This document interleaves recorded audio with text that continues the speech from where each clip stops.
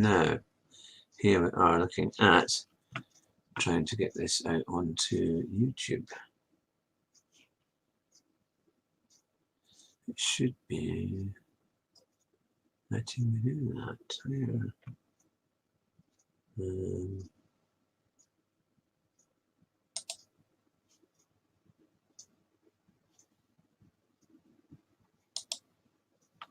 There we are. Now,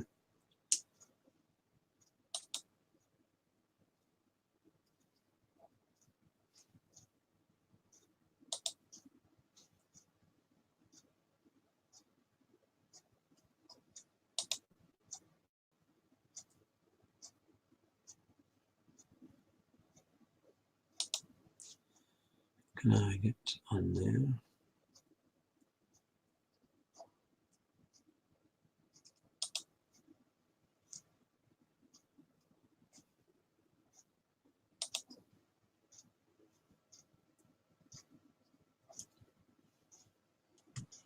Here's the thing.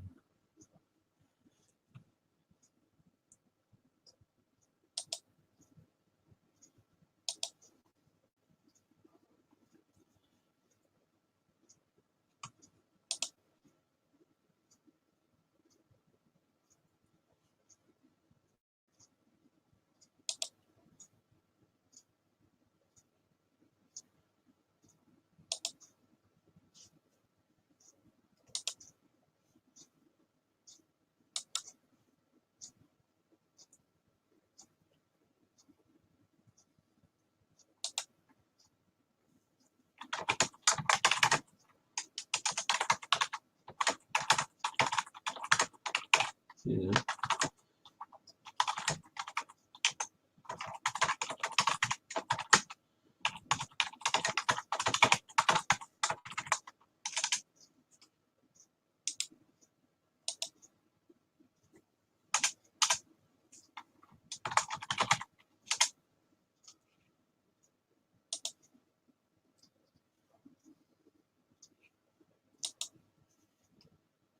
Yeah.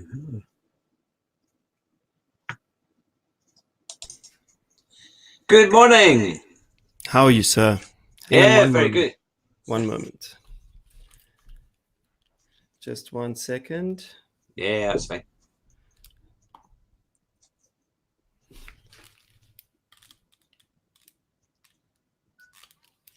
Just to avoid any feedback, I'm going to use some headphones here. Yeah, I have done the same. Yeah, it's good to see you.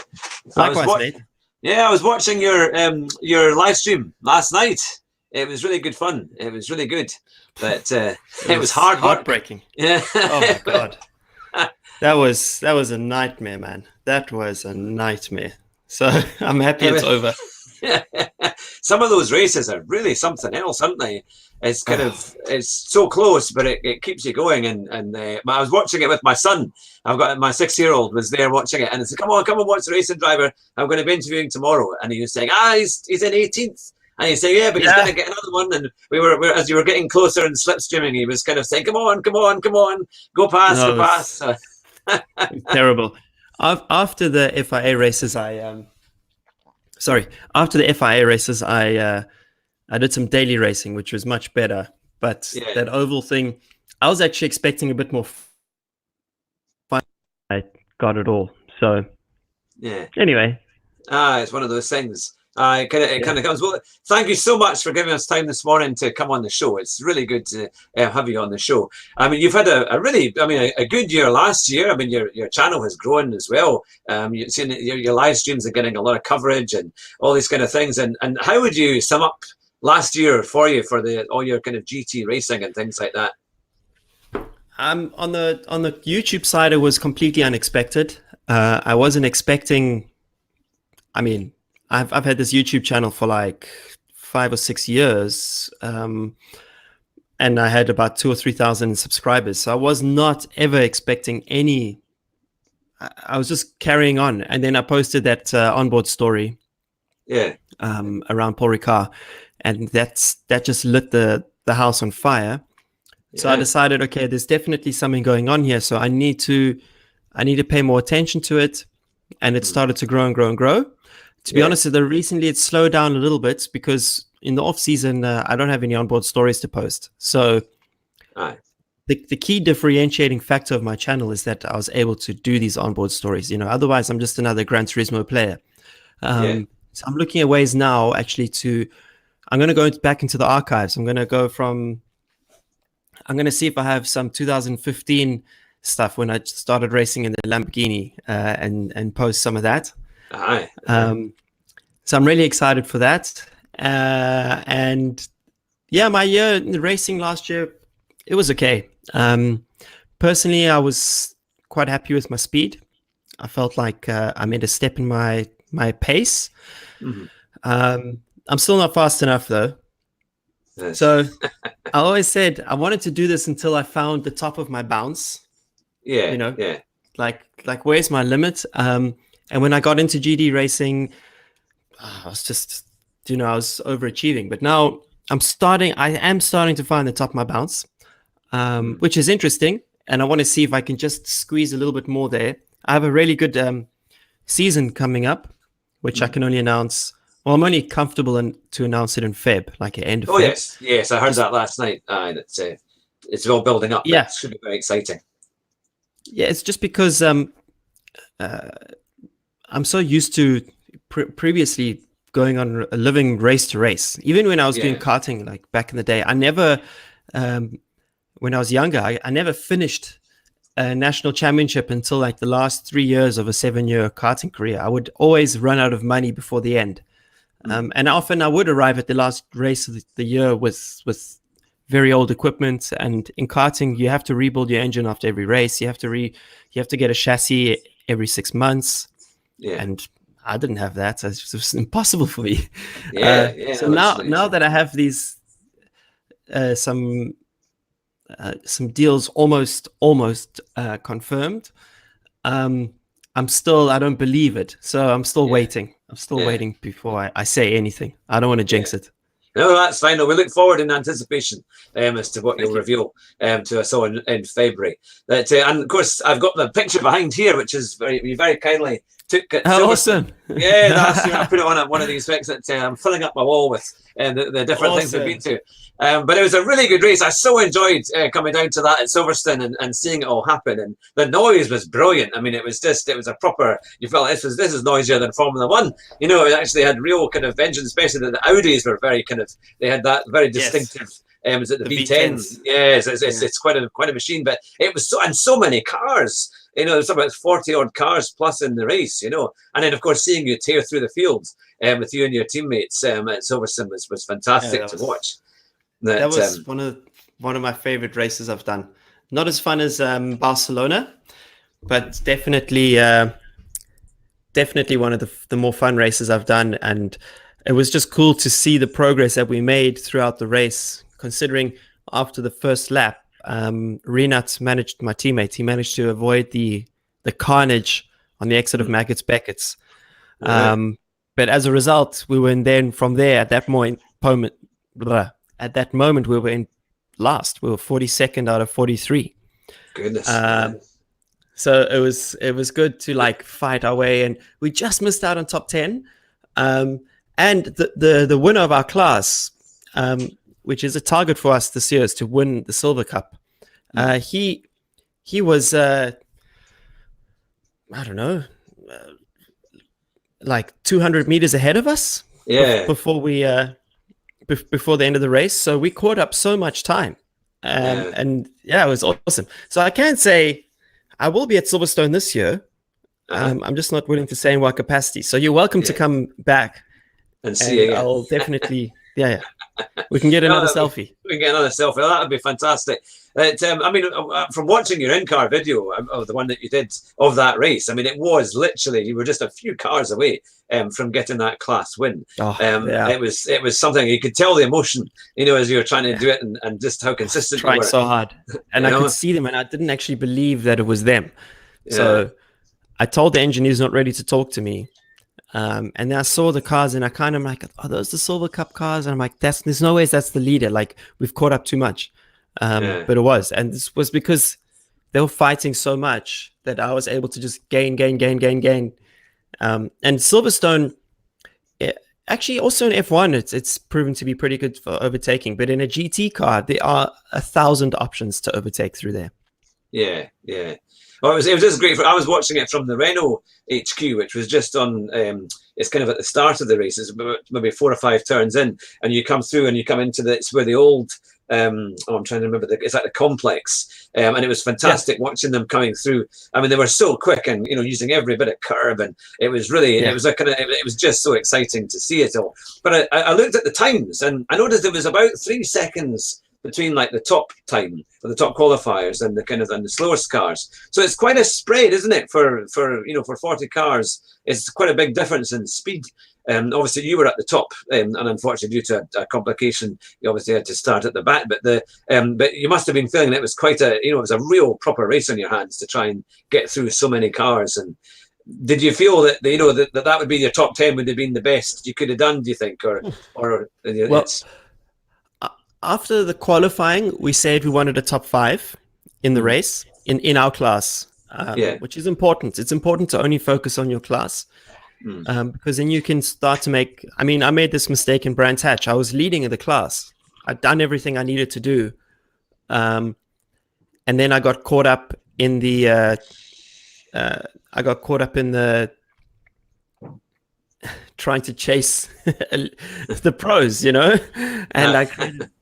Myself and Frederick Vivish created a massive pileup, which I still, like you put it behind you, whatever. But I'm just like, it was such a massive lesson because I didn't have to even, let's say, look, if you watch the onboard, which I've never shown anyone, actually it's on my Patreon, but it was a 50-50 incident. From the outside cameras, it looks like 100% my fault. Regardless, my karting coach always taught me that if you're involved in any accident, even if someone hits you from behind, it's your fault. So you have to analyze why it's your fault. It could have been, oh, fine, you got hit from behind at the start, but why were you starting so far back? Or, did you have a bad qualifying? Like, how far down the string do you go before you see like, oh, that mistake there snowballed into this outcome here? And that's what trying to perfect an entire race weekend is about. It's about going through every single step along the way to make sure that the outcome is you minimize the risk of getting involved in any incidents. So in that one there was a stupid driver error on my side where I wasn't racing anyone in my class. I'd gotten into the lead and all I had to do was just sit there because Renuts had a lot of speed against the bronze drivers. So in Silverstone, we were looking for a top 5 in our class and nothing more. Yeah. We know that like from about 40th to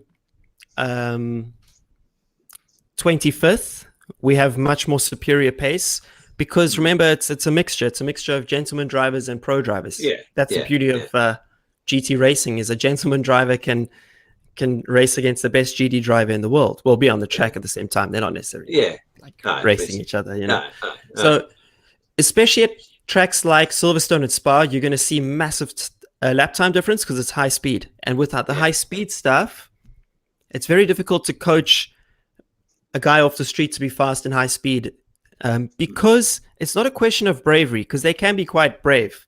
Yeah. It's a question of when you're at a slower track, you can say brake at this line, turn at this curb. Yeah.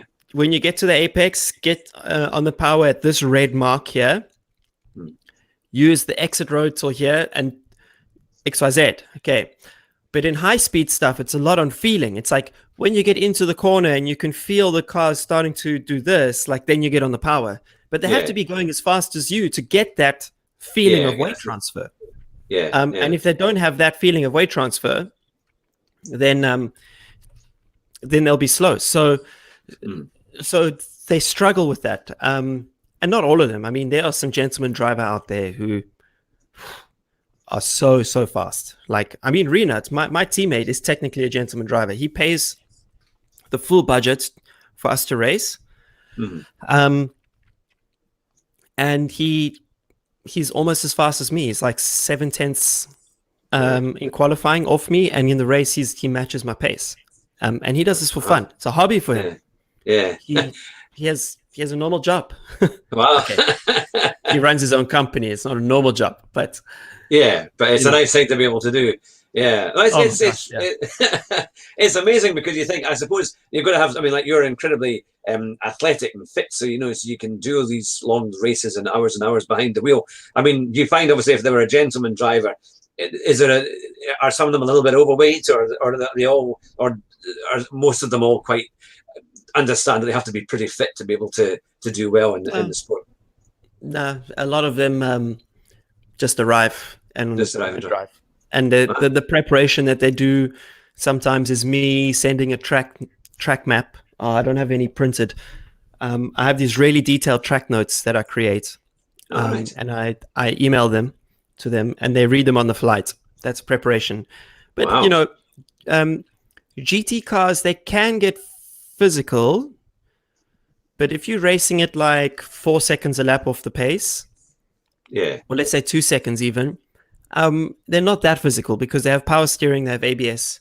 Okay, hang on. That's actually worse because when you have ABS, the harder you push the pedal, the better. And that's actually the physical aspect is two things. Mm. It's the heat and it's getting on the brakes. In non-ABS cars, like in ELMS and GTE, yeah, they don't have ABS, and you're very gentle on the brake, so it's not tiring at all to push the brakes. But right. in a GT3 car to race to get the ultimate lap time, you push the brake so quickly, so hard, Yeah. that force is like doing it's like doing broad jumps all the time. It's so that's very tiring. Yeah. But it also depends. Like Spa, you only brake hard once. The rest of the time, you don't have to brake so hard. Like, whereas Budapest, a small track, after a 30-minute stint in the heat, because we always race there at like around August, September, I promise you, all the drivers, no matter how fit you are, we all get out and we're red-faced and sweating. Yeah. So I stay fit because I do so many races, on the road so much. Yeah. And it's good to be fit. I feel if I arrive at a race unfit, I'm not being a professional. Yeah. But I know some pros who don't exercise as much as me. Each to their own. It's not like Formula One. I think in the formulas you have to be much more fitter, especially cars which don't have power steering. Like IndyCar, I reckon those guys are super fit and actually very strong, like strong drivers. Whereas in GTs, you don't have to be strong.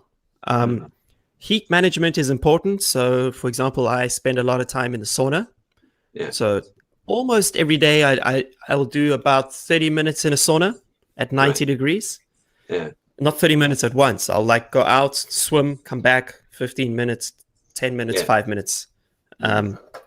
So, yeah, but the gentleman, also remember, if it's a 3-hour race, the gentleman often drives for the least amount of time that's allowed, which is around 58 minutes or something like that. Yeah. So they do the least amount of time in the car. In the sprint races, they only need to do 25 minutes in the car, and then the pro can do the rest. Yeah. So, so it's not okay quite so bad. But you got, well, I was going to say maybe there was hope for me there, but I think I was still to lose about another 2 stone. I think at least. I don't think so. No. Hugh, I promise you, there's guys who are they're big guys and they drive. They drive for 45-minute stints and they seem to be okay. Yeah, I was looking back at some of the old Ferrari pictures, when the old Formula One, like the 60s and 70s, and some of the drivers there were quite plump, and I thought it's quite funny because nowadays there's nothing on them at all. They're not even allowed to have a beard. It's like they're going to be so thin and super fit and all these special fitness things that they do. But in the old days, it was much more like they could have a tummy and it would still be all right to do it. Yeah, back then the way that they drove the cars was also a very different style. Yeah, it was much more like on the rear and like getting like this. It wasn't like rally, but it was almost like a rally where they were just they're pivoting the car much more, sliding. And when you're sliding like that, you're actually quite relaxed in the car and you're sitting and you're just letting it flow a little bit. Whereas now you have to be absolutely locked in on your core, high downforce, and any movement in your body influences, even in GTs, any movement in your body influences the inputs and the feedback you can get through the car. So if you're very like weak and you don't have a strong core, even in a GT car, if you're going through Maggots Beckett's and stuff, your timing goes out of sync. Whereas if you fitter and sharper and stronger, you can have much quicker hand movements and get the car positioned better. But back then, it wasn't about those quick movements because the weight would move much slower. So you'd have to wait for the weight transition, let it settle, wait for the weight transition, let it settle. So they didn't have to be as fit now then. Okay, they were changing gears and stuff, no question. It was just a different kind of stamina. Different kind of, That's all. Like, if you drive a kart for the first time and you drive it flat out, like if you could drive a kart at the speed of the pros, for example, like I can get within half a second of the pros in a kart these days. And even though I'm like gym fit, I am absolutely destroyed from that kart within 30 minutes. Okay. But after 3 days of driving, you get karting fit and then it's all fine again. And then it feels like, oh, what was I stressed about? It just took a few days to get into it and get the muscles developed around that thing. I mean, a kart will still destroy you no matter when you drive it. But it's just, just the last thing on this topic is people have a perception that racing drivers are like, especially the F1 drivers, are like these super fit machines. But I've come to learn that's not necessarily the case. They are fit, but they're not superhuman fit. They're not like triathlon like levels of, but they're just very fit humans. But anyone can get as fit as them. You just go to some cross training, CrossFit for like 6 months, and you'll almost be on the level of a fitness as a F1 driver or a racing driver. That's quite something, because that's what Jenson Button used to do. He used to do the triathlons. Yeah, he used to do triathlons. And all of that, but it's quite a thing. But no, it's amazing to see it all. I mean, I was watching the Gran Turismo, the GT Sport finals, just on some YouTube videos the other night, and it's quite funny because it's slightly different from the Formula One esports, where I think there's a little bit more tact, because I think the guys in the F1 esports are kind of looking to see, will somebody take them on? If they do really well, will like Williams take them on as a simulator driver, or McLaren, or one of these two? Well, I think in GT Sport, it's got a kind of different audience, and it made me wonder this, it's grown so much, and obviously you're a pro at GT Sport, quite often getting into the top 10 times and doing your lap time guides and things like that. How do you think a career can go for somebody who's maybe starting out as a sim driver or does GT Sport for fun and then sees that he's quite good? How do you see that developing? Because obviously in the Formula One side, they might get a job with Williams if they're extremely good, but in GT Sport, I was kind of thinking, where could they go? Because they can win a bit of money, at the championships and things, but how do they manage to do that? Because people like Super GT have said you can either be a really good pro driver or have your YouTube channel, and it's trying to find, do all the guys like Hazal and the other ones who are very, very good, do they all rely on their media background, or is that where they make their money? Or it's trying to think, how can people make a career out of that? And is it just one possibility, or can they be a great driver and make money out of that on sims? Right. So this is an interesting topic. I have so many opinions about this. First of all, I think any sim racer who's very fast and winning big races should be fit. Because you never know what could happen. You never know who could call you to give you an opportunity. You never know what marketing campaign from some car brand could come up where you get picked as one of the guys they want to test for whatever reason, even if they are exploiting you for their own marketing or branding purposes. That's life. I mean, exactly. So what, but if you're not prepared, I told this to Mikhail when I met him 2 years ago. I said, mate, you are a bullet, an absolute bullet in GT Sport. You have an incredible sense of timing, which to me is the key to being a fast racing driver. But you're not fit enough. And if Gran Turismo, for whatever reason, called you tomorrow and said, let's do some testing, you wouldn't be ready, actually. Yeah. And Yeah. no amount of good timing can prepare you for that. Yeah. So Yeah. you need a combination. So if you look at Igor Fraga, he's a very fit sim racer. And I know Mikhail is also going to gym now a lot. He's much fitter than when I met him. Yeah. Yeah. So as a top sim racer, you have that. If your ambition is to become a real racing driver, you have a responsibility to yourself to be prepared for that. Yeah. Yeah. Then, I mean, there's a lot of questions baked into what you said.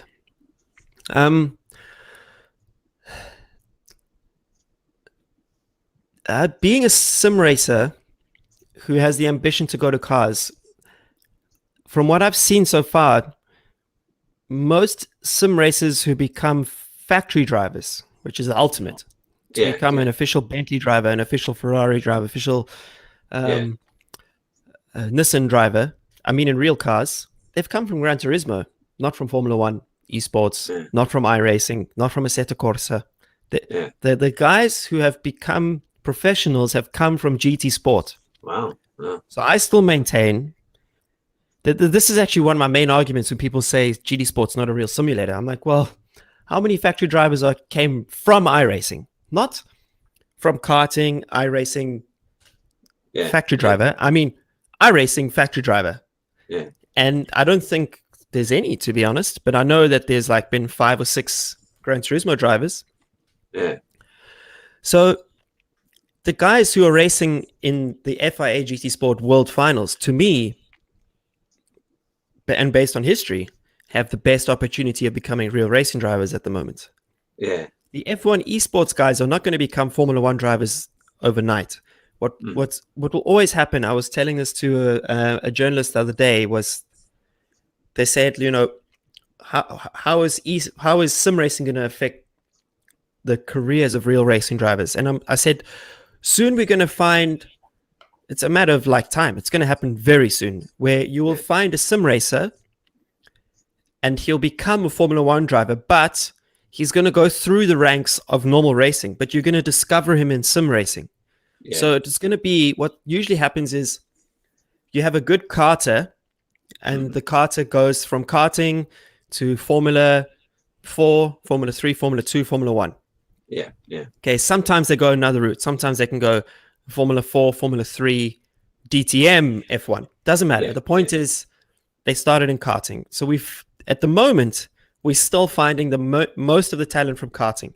Lando Norris, Albon, Verstappen, Leclerc, you name it. Yeah. Okay, there's photos of them online of them in karts. Okay. At some point in the near future, it's going to be a question of we're finding them in karting and in sim racing. And the sim racer, who's very good and young enough, because you're going to have to be young.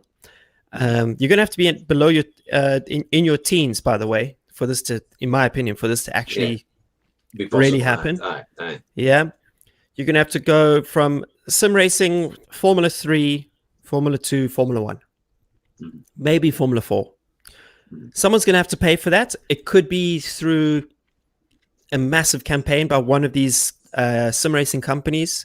Let's just say, for example, it's not going to happen, actually, but let's just say Gran Turismo say, okay, we're going to pay 50% of your budget to get you to F1. They already tried this with Jan Mardenborough. They did try it. Yeah, that's right. Yeah. But he landed up in Super Formula and Super GT, which, by the way, is an unbelievable level. I would do anything to race in those cars. Anything. Yeah. So, yeah, he was a great example of that. But someone's going to pull it off, where they're going to find the money. They're going to be discovered in sim racing. And they're going to find the money to get to real racing. I mean, like to F1. Yeah. So, in my case, I wasn't a sim racer per se who then got into GTs. I did have karting. The thing is, it was just 20 years ago when I was karting, I realized back then already that I could use Gran Turismo 2 to become a better kart racer. So I started to play more sim racing than actual karting, because I didn't have the budget to go to the racetrack and practice. Plus, we lived quite far away from the track. So the difference with me is that, yes, I'm a sim racer, but I didn't come from sim racing. I just knew that sim racing was the best tool to become a better driver. And I proved that by using sim racing in my 7-year gap. I was just doing Gran Turismo and iRacing, I think. No, R Factor. I was just playing those two games. And when I came back and when I jumped into a GT car, it felt familiar based on the feelings that I got from the sim. Yeah. But I wasn't, and the money I used was my own money initially.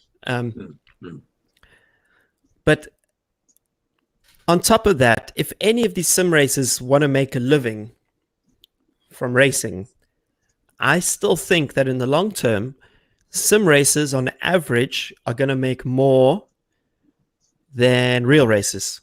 So you never get into real racing with the idea of making money. Let me be 1000% clear to all the viewers there.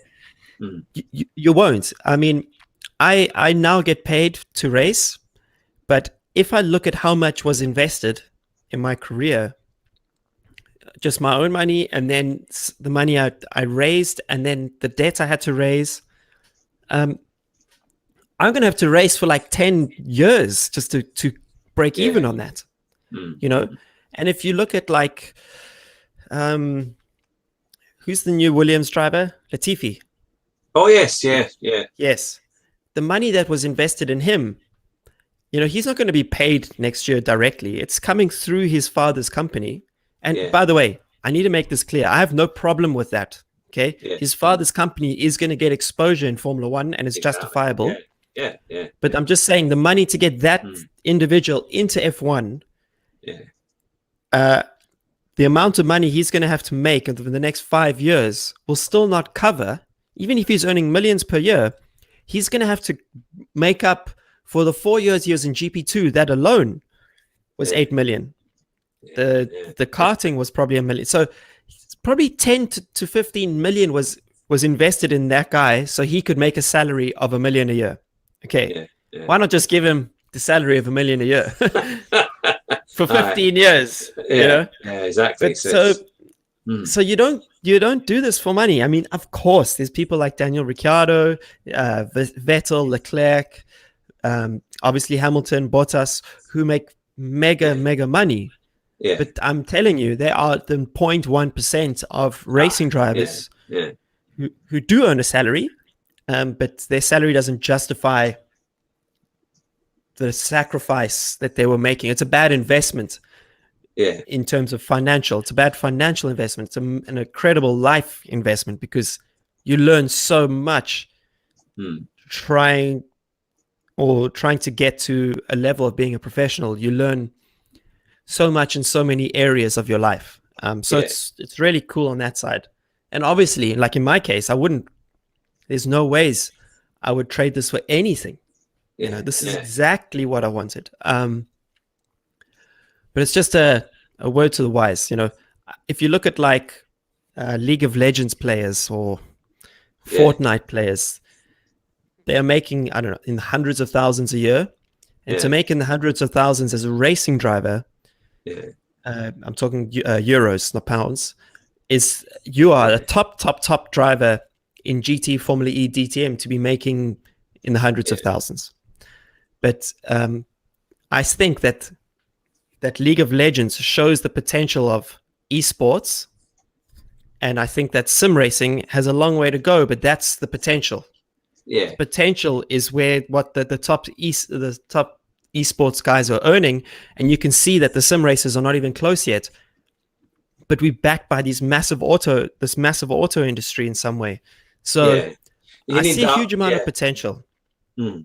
Because I think, you know, everyone nowadays, everything is all about celebrity, especially when you look at the young people. I mean, that's what I love sim racing, and I'd like to, I'm working towards eventually getting my own sim center where we're going to have proper sim racing, you know, rigs and so much to be really as good as they can be. I hope to have Formula One style ones and also GT Sports style ones as well. And my whole idea behind it is to try and get through to young people to say, right, you know, you want to have like competitive lobbies and try and help young folk get into that and see where they're going, but also to kind of fine tune it so they get a realistic approach of what they can actually achieve, or, you know, so they're not going in with a kind of silly idea, oh, we're going to be the next celebrity superstar. You know, they've got to be good, really, really good.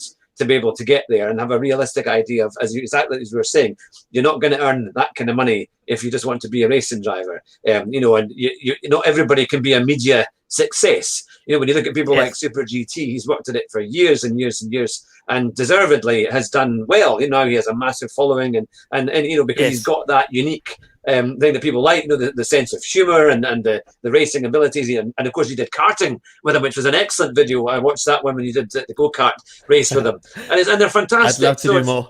Yeah, well, that's my goal, is to get you two in driving racing in a racing team together and do a race. That would be the thing. If my company could eventually do that, I'd be proud to do that. That would be awesome. But we've got a long way to do it. So hopefully we'll still be all able to. We might be gentleman drivers, all three of us, if that was the case by the time we get there. But it was. Trust me, I was the gentleman in that Club 100 race. I was absolutely the gentleman. But it was. I must say, so good. Yeah, the Club 100 business model is phenomenal. It's brilliant. In South Africa, they've tried to do something like that a few times. It failed, but they haven't nailed it in the way that Club 100 does it. It's really cool racing. Anyway, back to the point. I agree with you. Making a media career out of this is, I'm learning.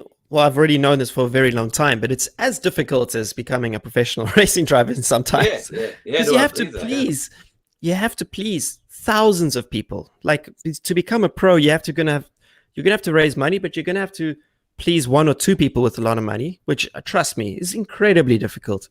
But to feed the beast of YouTube or Twitch or whatever, that's a lot of dedication. And the rig that I've built up, which is just next to me here, oh man, it's taken me years to build up enough budget and stuff to get to a decent enough rig which I can stream on. So it's not cheap either.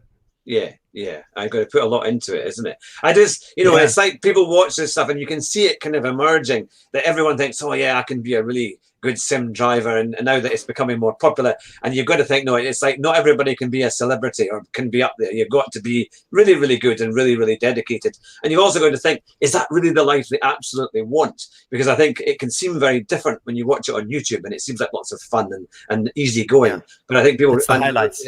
Yeah, that's what you're seeing, and it always makes me think we've got to be careful here, because I think young people might get this idea that it's going to be done on a plate. But actually, no, you've got to be so original and be so good to make it really work, And I also think, because I recently joined the motorsport network in Britain, because really they're struggling to get people to come and spectate and be marshals and all the kind of things. It may well be in Europe and South Africa as well, but in Britain we're struggling to get the kind of the structure. Yeah, and we want motorsport to be as good as it was, because I remember going to watching touring car races in the 90s, and there was packed field, that you couldn't move for people. It was absolutely jam-packed. And it was the same with Formula One. We do very well at Silverstone. We've got great crowds, huge crowds. But when you go to some of the GT racing and you think, come on, it would be nice to see a few more people coming along. So they're trying to really involve people, get it out there and see how great motorsport can be. So I think that's what we have to do as folk who are interested and who are kind of ambassadors for motorsport, to try and help, get it into the schools, get it into where people can see how great motorsport can be and how much fun it is. And hopefully sim racing plays a really good part in that, because it gets people involved. But we want to show that this can be at the cutting edge, and people can play a really, really good part in it, and make it something that maybe it's lost a little bit. But hopefully with sim racing we can see that coming back, because more people could get involved. So I agree 100%. Times have changed, because now we have our entertainment over here. This is the number one source of entertainment. So you're competing with the screen. But that being said, I was at the Autosport International, whatever it's called. Show. Yeah, the show is great. Yeah, the show.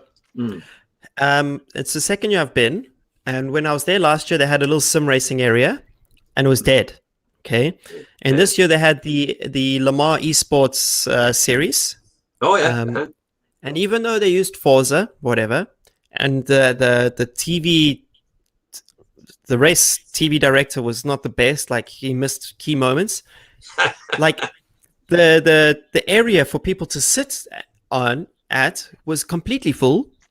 and there was people standing, like it was maybe it was so many people watching, genuinely, like a lot of people, and they had one or two cool shots, and they were racing classic the Ford GT40, and like there was some pretty good camera angles in Forza, and like, you know, with the pro drivers, like the motion and the movement they got with the cars, people were like, whoa.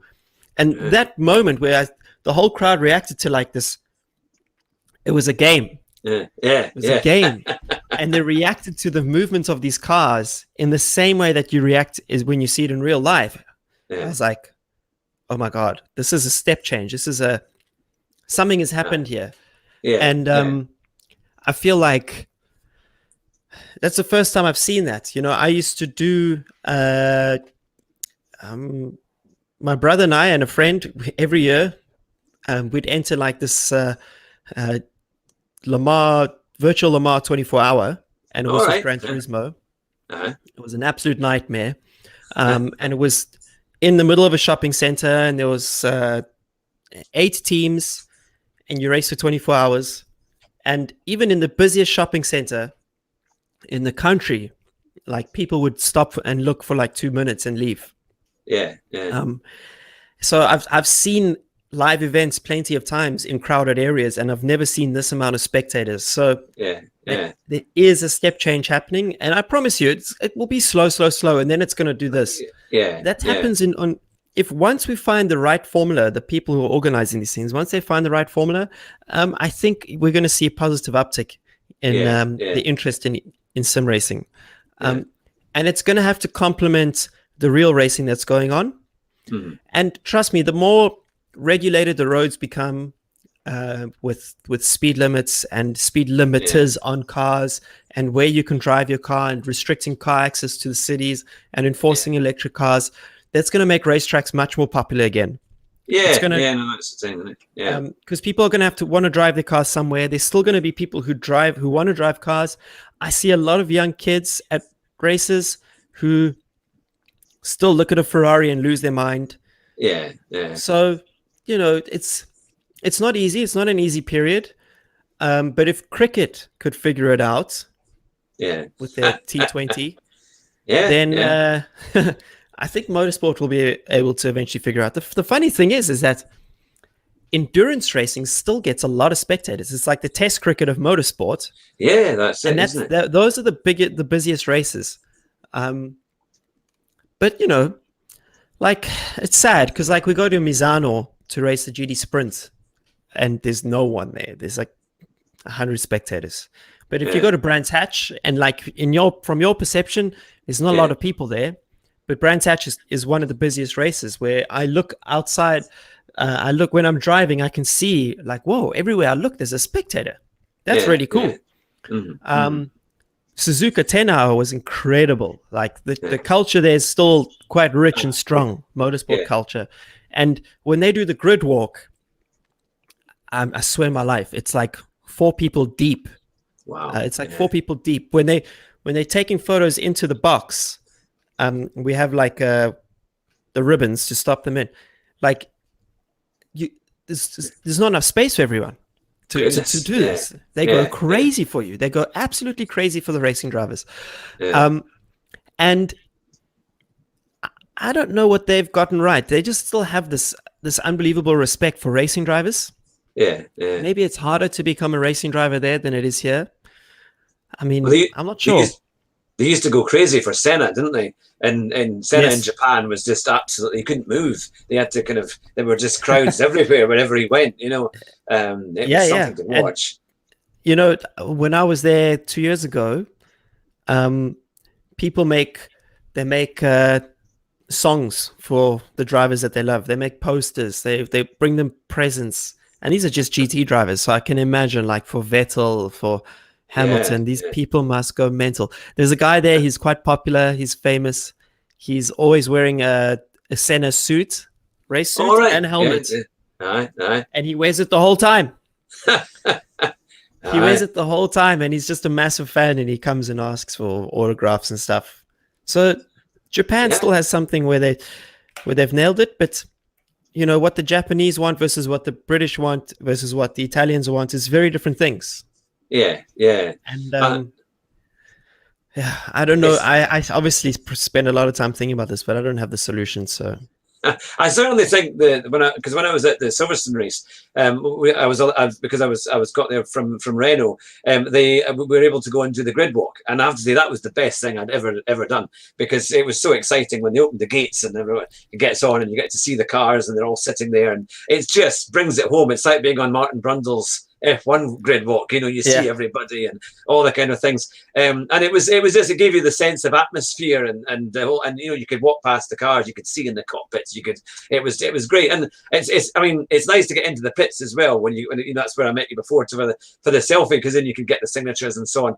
But this is a chance to get even closer, to see the cars, and just to get everything that kind of surrounds it all, the build up to the start of the race and so on. So it's, I think, for people to experience that for real is great. And as much as they like sim racing, I always encourage them to try and get out there and actually get to a race, and see what it's like. We actually, in Scotland, we had quite a funny do in November time, when it gets very dark and miserable. We have November the 5th with the fireworks, and at Knockhill, which is a kind of small racetrack in the hills, in the I Ochil love Hills Knockhill. in Fife. Yeah, it's great fun place. They have a race day. And so they have a big firework display at the end when it's pitch dark. But then during the day, when it's still a bit of light left, they have all the kind of cars that they try and do as much, to show what they can do in the year. So they have a couple of touring cars going round. They have drift cars. They have motorbikes. They have go-karts. They have all sorts of things. And so it gives a chance for people who wouldn't normally come maybe to watch motorsport so much, to see what they can do. And it's great fun. And at the end, they had these kind of drift cars that had fireworks coming out of them. So it was pitch dark with all these kind of things. It was kind of crazy. But it was such a great way to spend November the 5th. And it really because Totally. they see this and they think, wow, I've never thought they would do this. This was kind of motorsport. So it really kind of broadens the appeal. And I think anything that can do that, is something else. But so where do you think? Because now we're getting to a point, where Gran Turismo is on probably one of the last games for PS4, and now we've got PS5 coming out potentially, I think, at the end of this year. And there's of course rumours that the next Gran Turismo game will be one of the first games to come onto it. How do you think they could really improve on what is already a very good formula? Oh, Or what would you like? What would you like to see, if you could? a couple of things. I mean, everyone has their opinion on this stuff, but what I would like to see is, I don't necessarily need them to have a what do you call it? A realistic damage model. I don't care about that.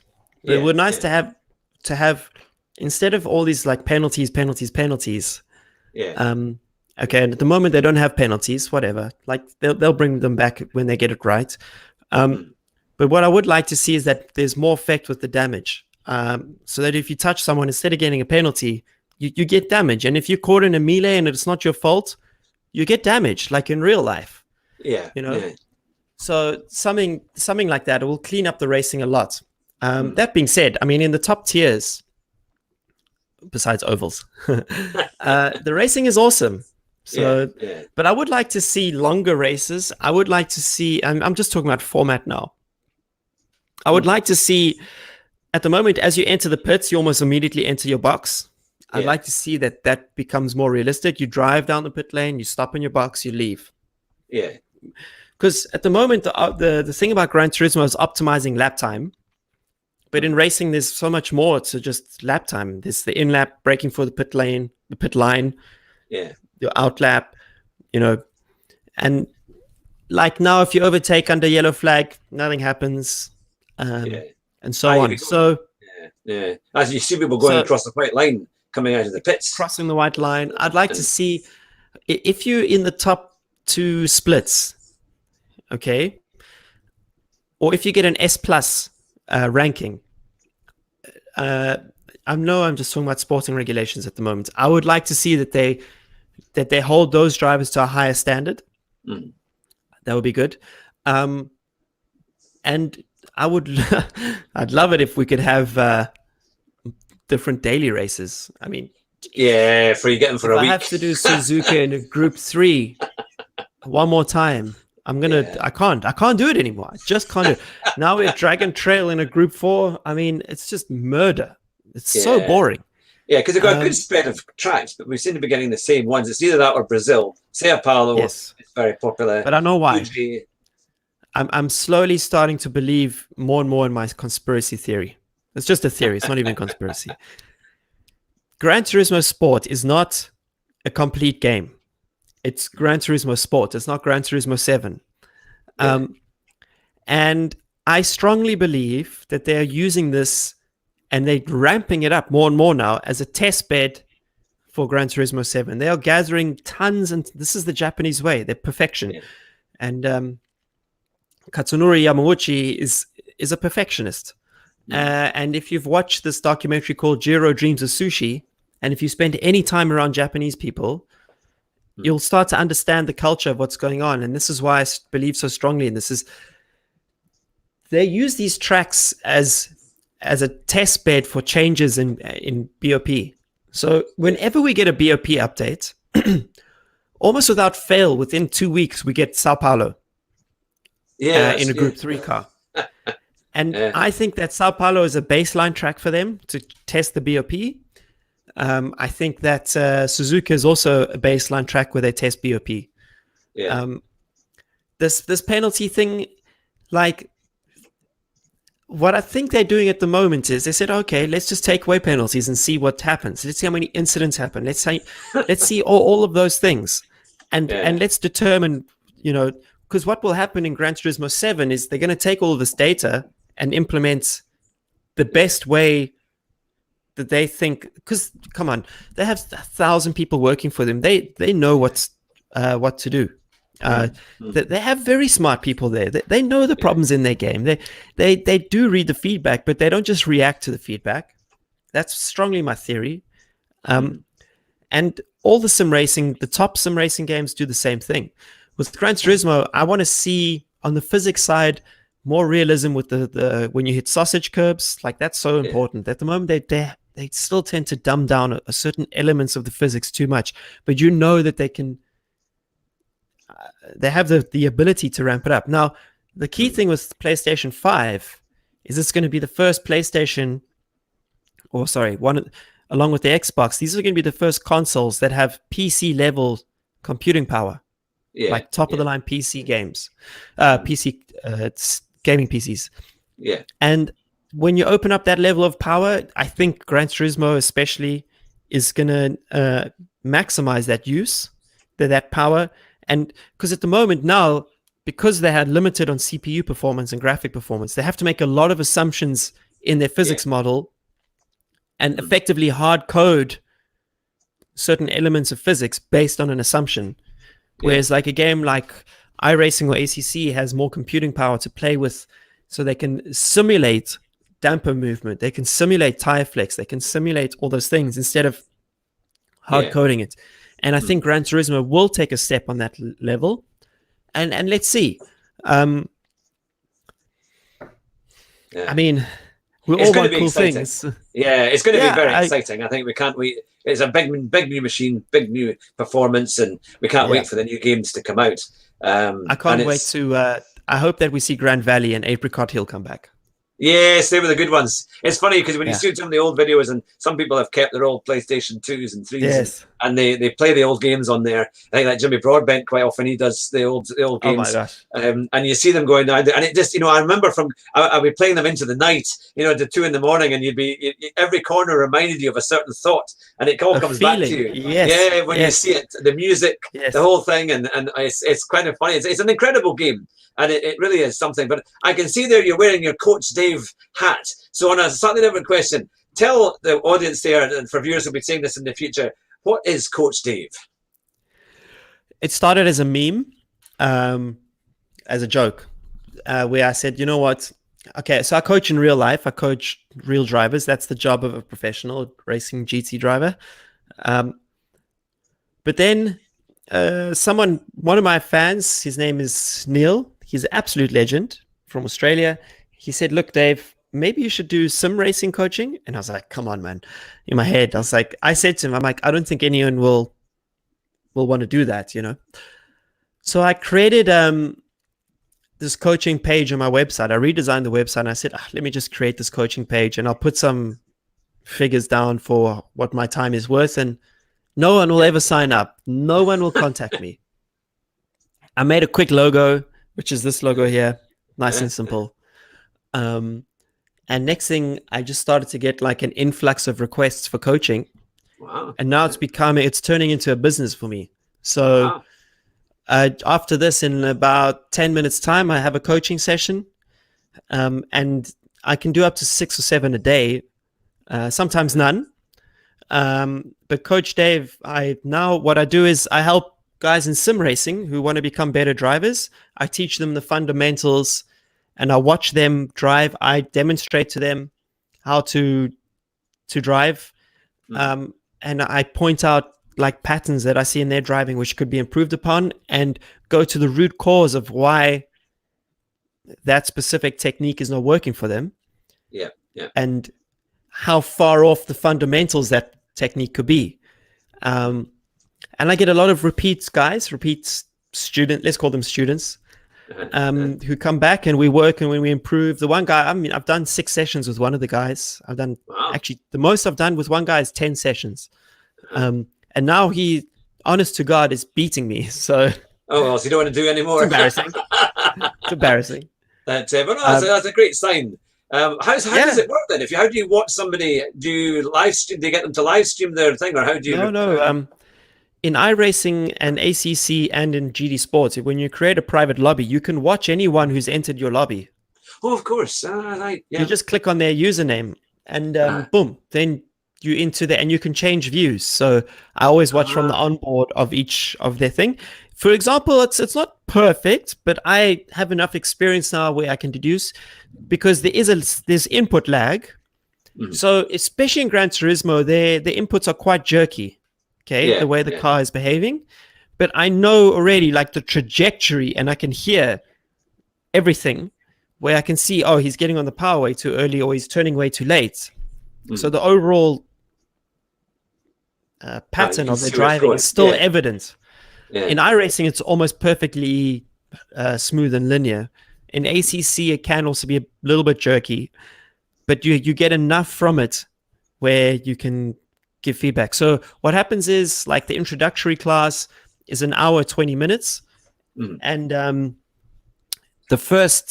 in all my classes, you first do a 3-lap warm-up just to shake off the nerves. A lot of the guys are nervous when they first start with me because they think they're going to be judged, but I'm not there to judge. I'm there to analyze and provide feedback. In fact, I expect often to see a lot of mistakes happen. That actually is the most common thing, because what I'm trying to do is break all your sense of driving. I'm trying to break it, and then I rebuild you. So I'm bringing all your driving to the conscious phase as opposed to subconscious. And when you drive consciously, you're slower, you make mistakes. If you drive naturally, it's more subconscious and flowing. But I'm trying to break all these subconscious bad habits, bring that up, and then go from there. So it's fun, and the guys love it, and they're frustrated in the first session. So after the three lap warm up, then I do a very slow track guide. Like we drive at like 5 kph. I show them the corners. I tell them why I chose this racetrack and what this racetrack is for. And then they start to drive for the rest. And by the end of it, you're mentally smoked. Like the last 10 minutes are filled with mistakes because there's so much going on. But that's the point. That's the point. Yeah. Well, I'll have to get. It's been awesome. So they would go to your website. So just to let everybody know, your website details. Is it davidperel.net, isn't it? I think. davidperel.net, and then you go davidperel.net/coaching, and I have 3 pricing options. It's not cheap. I'm not going to deny that, but that helps. It helps to highlight the guys who are taking it very seriously. This is only for people who are taking their sim racing seriously, to be dead honest. I know I'm like much more expensive compared to other guys, but that's, to me, is the value that I'm bringing. And then there's an inquire button, and then we just communicate via email and schedule a date and time, and then get going on that date. Oh, well. And that's how it is. Oh, that's fantastic. Well, we'll put that out there. And I know you're busy and you've got these appointments coming up, so I won't keep you any longer. But look, thank you so much, David. for giving your time this morning. I think this has been my best interview we've ever had in terms of your information. Has been exceptional. Just how you've answered the questions and all the things that will, I'm sure, help sim drivers and fans of GT Sport to help them on their way forward. But no, it's been really fantastic to have you on the show. And well, no doubt, well, that's on a live show, you always get the phones going. Sadly, it's not for business for me. I'm afraid it'll be probably a junk call. But look, thank you very much, and have a great season. And hopefully, we'll see you at Silverstone in May when it's on again for the GT Blancpain Championship. But to everyone who's watching, you're very welcome. You've been watching David Perel, and I hope I've pronounced that correctly, because perfectly. Perfectly. That's the time. It's a GT driver and Blancpain winner, and you've had so much success. I was looking at the map of all the different races that you've won. It's been really, it's been fantastic to have you on the show, and hopefully we'll get more from you later on in the year. But thank you so much. Very much. Excellent. Take care. Bye just now. Bye. Bye.